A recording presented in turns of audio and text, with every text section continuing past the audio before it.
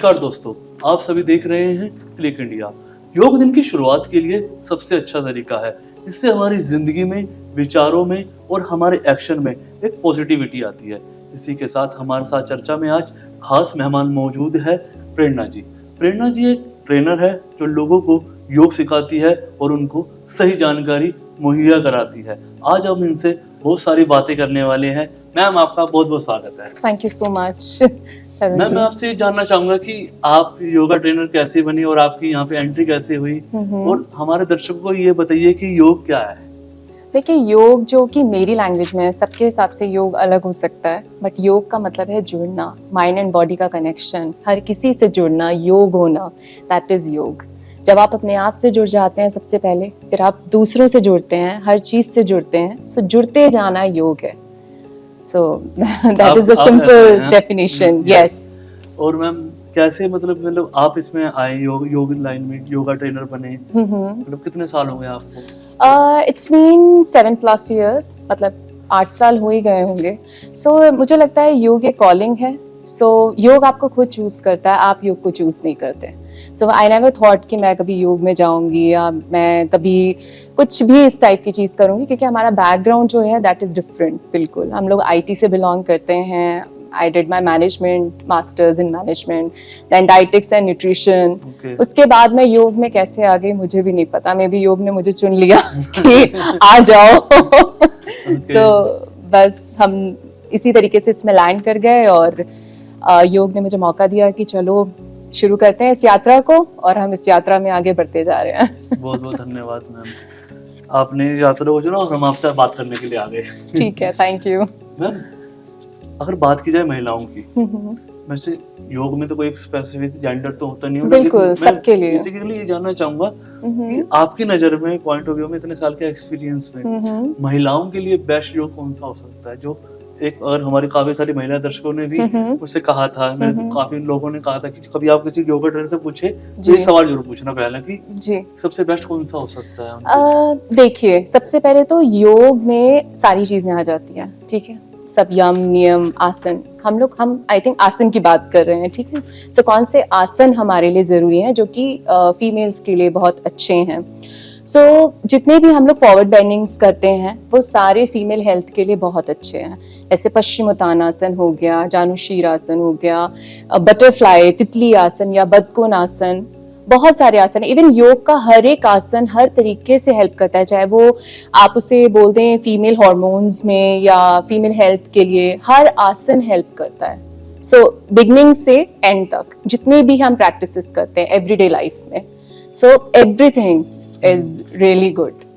सो ऐसा नहीं है कि किसी एक आसन से ही ये फर्क पड़ेगा, लेकिन फॉरवर्ड बेंडिंग्स का बहुत ज्यादा इम्पैक्ट पड़ता है बॉडी पर। या और मैम, ये भी बताइए कि हफ्ते में हम कितने दिन योगा कर सकते हैं, और मतलब बेसिकली ये 7 दिन में कितने दिन? देखिए, योग तो लाइफस्टाइल है ना, योग इज लाइक ए लाइफस्टाइल, और हमें वैसे ही समझना चाहिए। योग हमें हर चीज में कुशल भी बनाता है, हर कार्य को कुशलता से करना भी सिखाता है। सो हर दिन, जैसे हमारे लिए फूड इम्पोर्टेंट है या रोज की जिंदगी में हर चीज जो हम सुबह उठने से लेकर रात तक करते हैं, वैसे ही आसन, वैसे ही योग प्रैक्टिस एवरीडे। सो अगर आप 7 days भी कर रहे हैं तो कोई हार्म नहीं है। इट्स नॉट लाइक जिमिंग और एनीथिंग एल्स, मैं उसको गलत नहीं कह रही। लेकिन हाँ, योग अगर आप 5 days भी करते हैं तो बहुत अच्छा है, लेकिन आप 7 days भी करते हैं तो कोई प्रॉब्लम नहीं है। हम कितनी देर कर सकते हैं? देखिए, हमारा सेशन 1 hour का होता है, जिसमें हम कोशिश करते हैं कि हम सब कुछ कवर करें। सो 1 hour भी काफी है, और डिपेंड करता है आपकी बॉडी के अकॉर्डिंग कि आपकी बॉडी कितना अलाउ करती है। और जरूरी नहीं है कि जो एक 20 years का, मतलब यंग बॉय या गर्ल कर सकती है, वो 40 years या 60 years वाला भी करे, डिपेंडिंग अपॉन योर बॉडी। हो सकता है आपकी 20s की बॉडी 60s की टाइप हो और आपकी 60s की 20s की टाइप हो, ऐसा भी हो सकता है। तो अपनी बॉडी के अकॉर्डिंग आप मतलब कर सकते हैं। बिल्कुल कर सकते हैं। मैं ना, अब जैसे बात अभी मैंने महिलाओं का छेड़ा मुद्दा, तो इस पे मैं ये बात जानना चाहूंगा कि जो प्रेगनेंसी के अंदर कितना, मतलब कौन सी महिला, जब प्रेगनेंसी के टाइम पे महिलाओं को योग करना कितने फायदेमंद है, और उस टाइम डिलीवरी के टाइम उससे कितना फायदा होता है? डेफिनेटली हेल्प होता है। योग का अर्थ ही है वो आपको हर तरीके से फायदा ही देकर जाएगा। आपकी जो इंटरनल ऑर्गन्स हैं वो ऑब्वियसली उनकी इलास्टिसिटी बढ़ जाती है, नॉर्मल डिलीवरी के चांसेस बढ़ जाते हैं। सिजेरियन के लिए आप आजकल देख रहे हैं कि अगर ज्यादा केसेस में एग्जैक्टली बहुत ज्यादा केसेस बढ़ते जा रहे हैं सिजेरियन के, कुछ बाय चॉइस एंड कुछ फोर्सफुली। सो नॉर्मल डिलीवरी के लिए बहुत ज़्यादा चांसेस बढ़ जाते हैं और बॉडी बहुत पॉजिटिवली रिएक्ट करती है। Even at the time of delivery also हम सीख जाते हैं कि हमारा ब्रीदिंग पैटर्न क्या होना चाहिए, कि जिससे जब व्हेन बेबी कम्स आउट तो वो बहुत आसानी से आ जाता है। सो हर तरीके से योग हेल्प करता है। मैम अक्सर ये कहा जाता है करे योग रहे निरोग, बिल्कुल। तो मैम आपके हिसाब से किन लोगों को योग अवॉइड करना चाहिए या उनको नहीं करना चाहिए? देखिए अवॉइड तो ऐसा कुछ भी नहीं है जो कोई नहीं कर सकता। हाँ, डूज एंड डोंट्स जरूर होते हैं। हो सकता है कुछ चीजें आपके लिए हैं, मेरे लिए नहीं है। हो सकता है किसी और के लिए कोई हेल्थ इश्यू है तो उनके लिए वो डोंट्स है, बट आपके लिए डूज है। So dos and don'ts are there. और जैसे आजकल हम देख रहे हैं कि जब तक एडवांस आसन ना हो तो लोगों को लगता है नहीं योग कंसीडर्ड नहीं किया जाता उसमें। It's not that. आप सिंपल से सिंपल आसन से सेम बेनिफिट ले सकते हैं और उसके साथ वेरिएशंस हम देते हैं। अगर आप एक प्रैक्टिस वैसे नहीं कर पा रहे हैं तो हम आपको वेरिएशन देंगे कि आप उसको सिंपलेस्ट वे में उसका फायदा उठा सके। मैम आजकल है ना सबसे ज्यादा इंटरनेट पर और इन चीजों पे भी बात होती है, तो मैं देखता हूँ कि स्किन को लेकर काफी ज्यादा लोगों के अंदर जिज्ञासा रहती है जानने की। मैम तो योग के अंदर ब्लड सर्कुलेशन का प्रोसीजर रहता है और जो कहते हैं कि स्किन इतनी ग्लो करती है, तो कैसे मतलब हो सकता है महिलाओं को, मतलब उसके कैसे फायदे हो सकते हैं किन चीजों से? देखिए जब हम ब्रीदिंग पे काम करते हैं ना तो डेफिनेटली हमारे ऑर्गन्स बहुत ज़्यादा वर्क करते हैं उस टाइम पे और हमारी पूरी अवेयरनेस होती है हमारी श्वासों पर। हम स्लो ब्रीदिंग सीखते हैं करना। हमारा ऑब्वियसली ऑक्सीजन अंदर ज़्यादा देर तक रहती है, हमारे ऑर्गन्स तक पहुँचती है, एक एक ऑर्गन तक पहुँचती है, तो डेफिनेटली उसकी वजह से हमारा ब्लड सर्कुलेशन अच्छा होता है और स्किन ग्लो ज्यादा कर दिया। देयर आर फ्यू प्रैक्टिसेस जो कि डायरेक्टली अफेक्ट करती हैं, जैसे कपालभाति हो गया जो कि क्लेंजिंग टेक्निक है, हमारी बॉडी के टॉक्सिन्स को रिलीज करता है दिस प्रैक्टिस। तो फेस ग्लो करने लग जाता है एंड जितना ज्यादा हम प्राणायाम और आसन में उतरेंगे उतना ज्यादा हम हमारे चेहरे पर रिफ्लेक्ट करने लग जाएगा कि दैट ये रियल योगी है। और मैम जैसे कि हमारी जो लाइफ है आजकल हम देखते हैं कि लोग योगा सेंटर होगा तो वहाँ की तरफ कम जा रहे होंगे, यूथ जिम सेंटर होगा, जुम्बा सेंटर होगा तो वहाँ पे ज्यादा जा रहे होंगे। तो आपको क्या लगता है कि क्या कारण है कि योग की तरफ जो हमारा अपना है सनातन का इतना पुराना है उसको लोग कम समझ पा रहे हैं? कहाँ कमी है इस चीज की? ये डिपेंड करता है सोच के ऊपर। देखिए जब से कोविड आया है, कोविड के बाद हम सब ने देखा है कि हम सबकी जिंदगी पे कितना इम्पैक्ट पड़ा है, बट यूथ अब बहुत ज्यादा योग को अट्रैक्ट हो रहा है उस तरफ। ऐसे मैं अपनी बात करूं, हमारे सेंटर पर भी मैक्सिमम जो स्टूडेंट्स आते हैं दे आर बिटवीन 30 to 40 और 25 और 20 to 25। कोई भी ऐसा नहीं है कि बहुत बड़े बड़े लोग ही आते हैं जो 50s में होंगे या 60s में होंगे, बिल्कुल भी नहीं है। बना हुआ है ये बिल्कुल मिथ है डेफिनेटली। और आजकल जितनी जल्दी हम योग से जुड़ जाएं तरुण जी उतना ज़रूरी है। जितनी अर्ली एज में हम अपने बच्चों को इंट्रोड्यूस कर दें उतना ज़रूरी है हेल्दी रहने के लिए, स्वस्थ रहने के लिए। सो कहते हैं कि योगा से ही होगा, यू नो। सो अगर योगा करेंगे तो होगा भाई सब कुछ ठीक, नहीं तो हम डिजीजेस को वेलकम करेंगे और हमारी जर्नी इतनी आसान नहीं होगी जो हमें इस प्लैनेट पे जीनी है, आगे बढ़ना है, या जो हमारा विजन है वो नहीं होगा। एंड रही बात जुम्बा एंड ऑल, ये बहुत टेम्परेरी फेज के लिए लोग अट्रैक्ट होते हैं, लेकिन जब आप लॉन्ग जर्नी की बात करते हैं, आप विजन्स की बात करते हैं, सो डेफिनेटली योग की तरफ ही आएंगे। वो कहते हैं ना कि घूम फिर के आप योग के पास ही आएंगे और वो योग के पास ही आएंगे। ये मेरा अपना एक्सपीरियंस है क्योंकि मैं बहुत हार्डकोर जिमर रही हूँ, मैंने बहुत जिमिंग करी है, बट उसके बाद जब से मैं योग में उतरी तो मुझे कुछ वो पॉजिटिविटी ही नहीं लगती कहीं और। एंड फिर मैंने दोबारा भी जिम ज्वाइन किया, मैंने कई बार किया, मैंने सोचा चलो चेंज ऑफ वर्कआउट ये वो, बट मैं कभी उसको कंटिन्यू नहीं कर पाई क्योंकि जो पॉजिटिविटी योग में मिलती है, एंड आप जिम के बाद देखेंगे आपको लगेगा यार I need a glass of water, कोई मुझे पानी पिला दे, मुझे कुछ एनर्जी ड्रिंक दे दे, बट योग के बाद ऐसा नहीं होता। We feel so light and ऐसा लगता है कि अभी भी मेरे अंदर एनर्जी है, मैं आगे बढ़ सकती हूँ अपनी चीजों को करने के लिए। मैम जैसे जो योग होता है उसमें बॉडी सिर्फ टोन होती है या जो वेट लूज भी होता है, कई लोगों का मानना है कि इसमें योग के माध्यम से हम वेट लूज नहीं कर पाते हैं। ऐसा कुछ होता है? नहीं, ऐसा नहीं है। देखिए, जिमिंग का कॉन्सेप्ट डिफरेंट है, योग का डिफरेंट है। योग तो मुझे कंप्लीट वर्कआउट लगता है, जिसमें आप अपनी माइंड को भी हील करते हैं, अपनी बॉडी को भी करते हैं, साथ में आप वेट लॉस के प्रोसेस में भी चलते हैं। डिपेंड करता है आप किस तरीके से कर रहे हैं। आप पावर योगा टाइप से, जो आजकल बहुत फैंसी वर्ड है, या फैंसी वर्ड है, एक्चुअली हमारे टेक्स्ट में नहीं है कहीं पर भी। सो मैं थोड़ा अपनी टेक्स्ट की चीज़ों पर ज़्यादा चलती हूँ कि अगर आप जिस तरीके से आसन को लेंगे अपनी जिंदगी में, उसी तरीके से आपकी बॉडी पे इम्पैक्ट पड़ना शुरू होगा। आप उसको फास्ट वे में करना शुरू करेंगे, थोड़ा सा, जैसे सूर्य नमस्कार है तो आप उसको थोड़ा सा ज्यादा करेंगे, या फ्लोज बढ़ाएंगे अपनी बॉडी में, या विन्यासा फ्लो करेंगे डिफरेंट, तो डेफिनेटली वेट लॉस आएगा for sure. And strict diet, so diet का रोल बहुत इंपॉर्टेंट है योग के साथ। बिना डाइट के तो और योग दोनों एक दूसरे को कॉम्प्लीमेंट करते हैं, सो एक चीज के बिना कुछ नहीं चलेगा। मैम, डाइट वाले क्वेश्चन पे मैं अभी आपके बात आता हूँ, लेकिन उससे पहले जानना चाहूंगा, आपने बात किया कि पावर योगा की बहुत ज्यादा चल रहा है जी। मैम, उसी के साथ एक योगा और भी चल रहा है जी। इसके बारे में मैंने बहुत सारी रिसर्च भी करी, फेस योगा। हाँ, फेस योगा मैम, उसके बारे में कुछ बताइए। लोग उसके बारे में काफी सारा नेट पे सर्च करते हैं, देखते हैं, उसके बारे में सही जानकारी लोगों को नहीं मिल पाती कई बार। तो देखिए, आजकल बहुत तरीके के नाम दे दिए गए हैं योग को। फेस योगा डेफिनेटली हेल्प करता है, लेकिन जब हम नॉर्मल भी योग करते हैं, हम नॉर्मल क्लास में भी करते हैं, तो हमारी अवेयरनेस हमारे फेस पर भी होती है। लेकिन ये बहुत ज़्यादा मार्केट हो रहा है, इस चीज़ का मार्केटिंग बहुत हो रही है, तो लोगों को लगता है, मेरे स्टूडेंट्स खुद कहते हैं कि मैम फेस योगा करा दीजिए आज, तो मैं बोलती हूँ अच्छा ठीक है। सो मैं उनको 2-3 एक्सरसाइजेस इंट्रोड्यूस करती हूँ। बताना चाहिए कौन सी होती है? हाँ, जैसे कि अब आप अपने जैसे मुंह में आप हवा भरते हैं, ठीक है, मुंह को फुलाते हैं लाइक दिस, और फिर आप थोड़ा सा इन फिंगर्स को ऐसे जॉइन करके नोज को क्लोज करते हैं, ठीक है। ओके। एंड आप थ्रू योर माउथ इनहेल,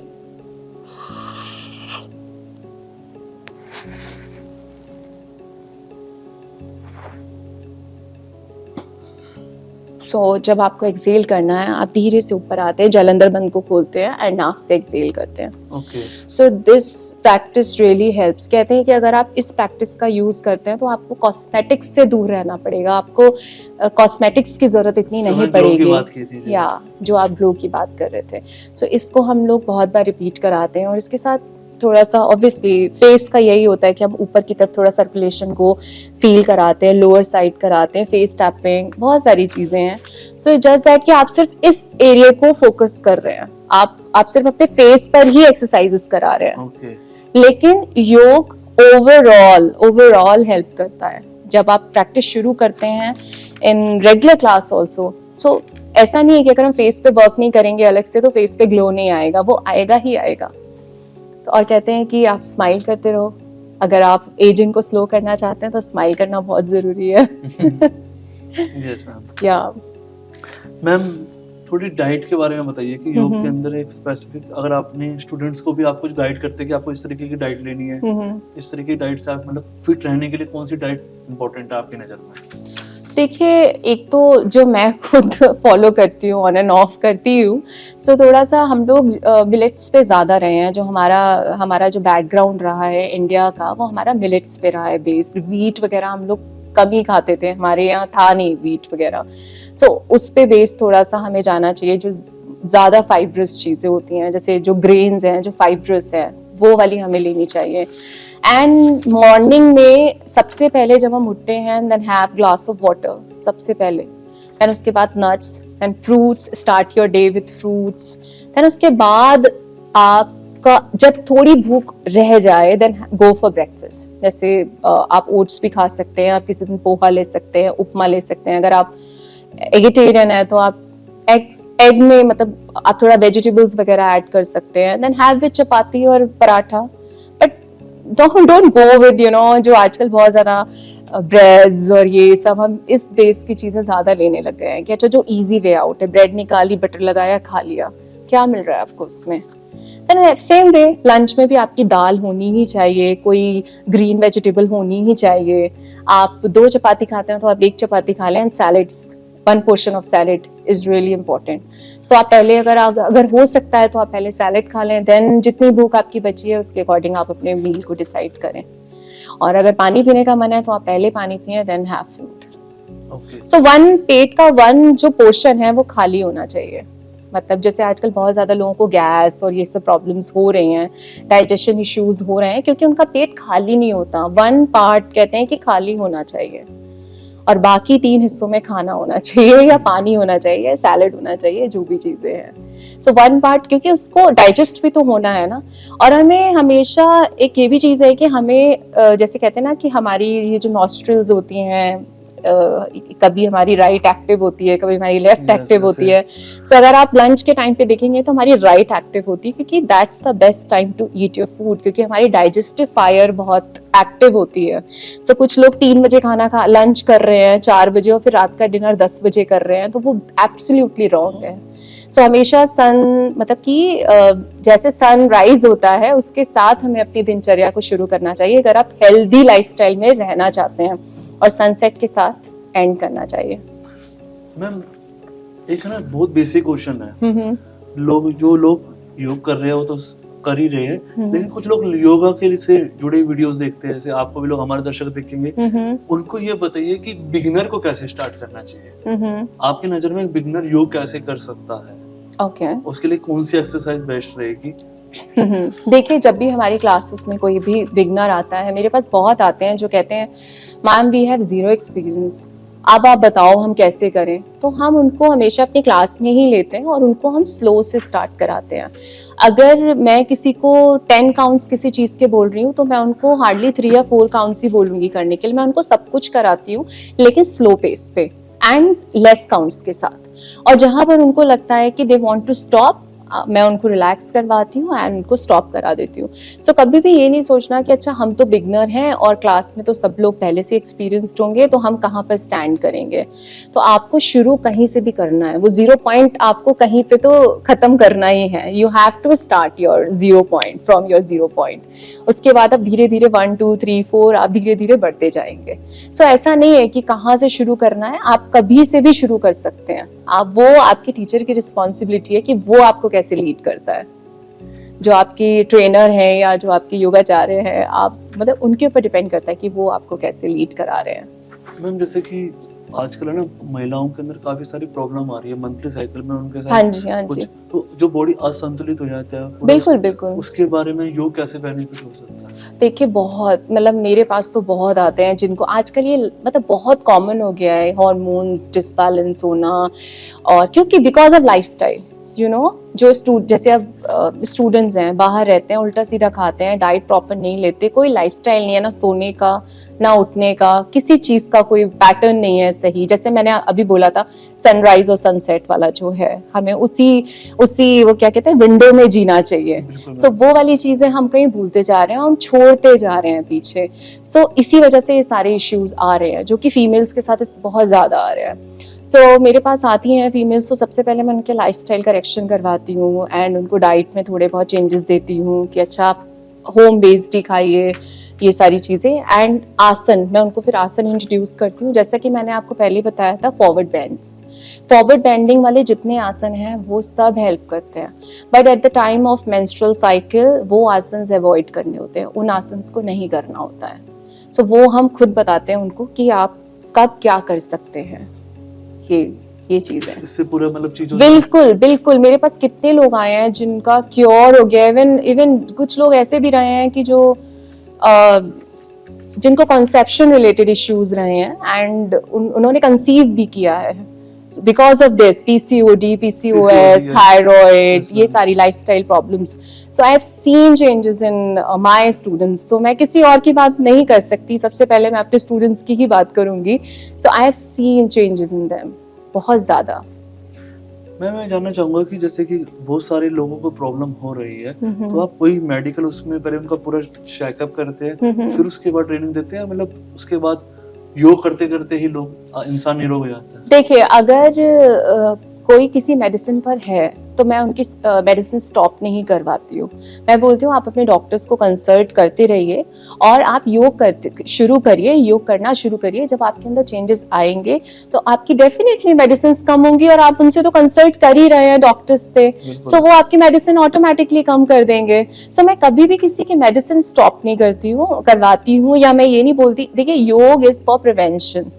योग से मैं, अगर किसी को ऑलरेडी प्रॉब्लम्स हैं तो मैं ये नहीं कहूँगी आप सब कुछ छोड़ दीजिए और आप सिर्फ योगा करिए, मैं ये नहीं बोलती। मैं बोलती हूँ आप अपने डॉक्टर्स को कंटिन्यू करिए एंड साथ में आप योग करिए, और जब आपके अंदर बदलाव आएंगे, चेंजेस आएंगे, तो डेफिनेटली आपकी चीजें वो छूटेंगी ही मेडिकल पार्ट पे।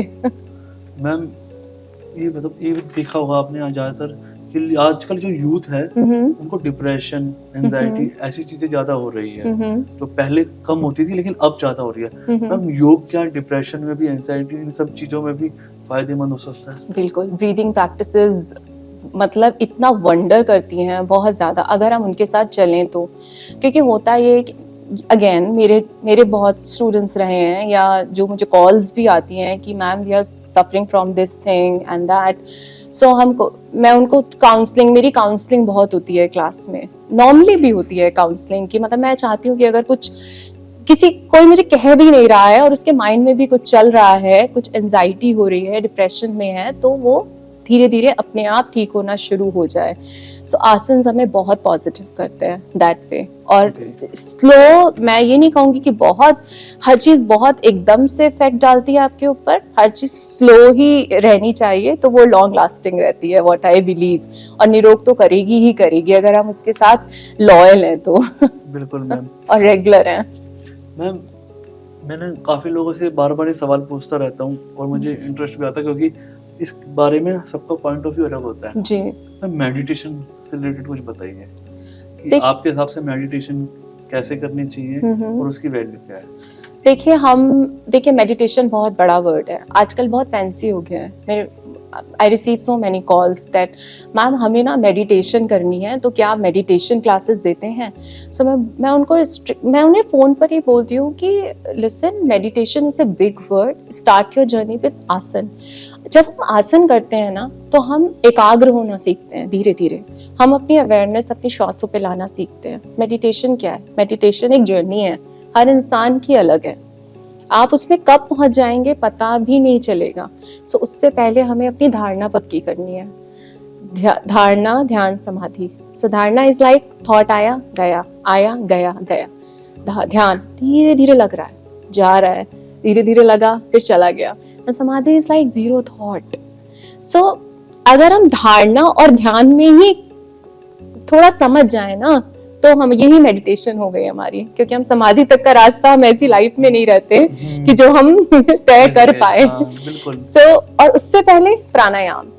प्राणायाम क्या करेगा? हमें तैयार करेगा। हमारे जो थॉट्स आ रहे हैं, जा रहे हैं, आ रहे हैं, जा रहे हैं। 1 मिनट में मैं यूएस पहुंच गई, मतलब इतनी फास्ट ट्रैवल कर रहे हैं थॉट्स। और मैम उस टाइम पे ज्यादा आते हैं।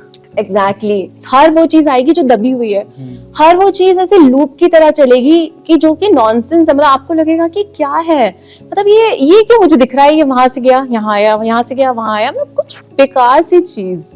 उसी टाइम पर सब कुछ निकल के आएगा। इसीलिए हम लोग एस्केपिज्म पे बिलीव करते हैं। हम हमेशा कहीं ना कहीं बिजी रखने की कोशिश करते हैं अपने आप को, म्यूजिक सुनते रहेंगे, यूट्यूब देख लेंगे, क्योंकि हमें जब हम खाली होते हैं ना, तो हमारा माइंड बहुत ज्यादा भागता है।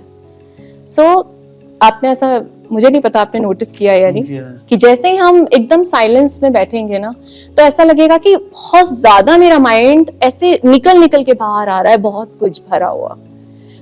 तो मैं तो यही कहूंगी कि अगर हम धारणा और ध्यान में ही घूम लें थोड़ा सा, और प्राणायाम से अपने आप को पक्का कर लें, और आसन से हम तैयार हो जाएं बैठने के लिए, तो अपने आप ध्यान लग गया और सारी प्रॉब्लम से हम दूर हो गए। मैम, आज के टाइम में आपने देखा होगा कि ऑनलाइन इंटरनेट पे सब कुछ योग के बारे में बहुत जानकारी है जी। लोग यूट्यूब पे बता रहे हैं कि ऐसे योगा कीजिए। तो मैम, आपकी नजर में क्या है कि हमें किसी ट्रेनर से ही योग करना चाहिए, सीखना चाहिए, या हम नेट से भी सीख सकते हैं? दर्शक कहीं ना कहीं ये सवाल उनके मन में जरूर आएगा इतना सब सुन।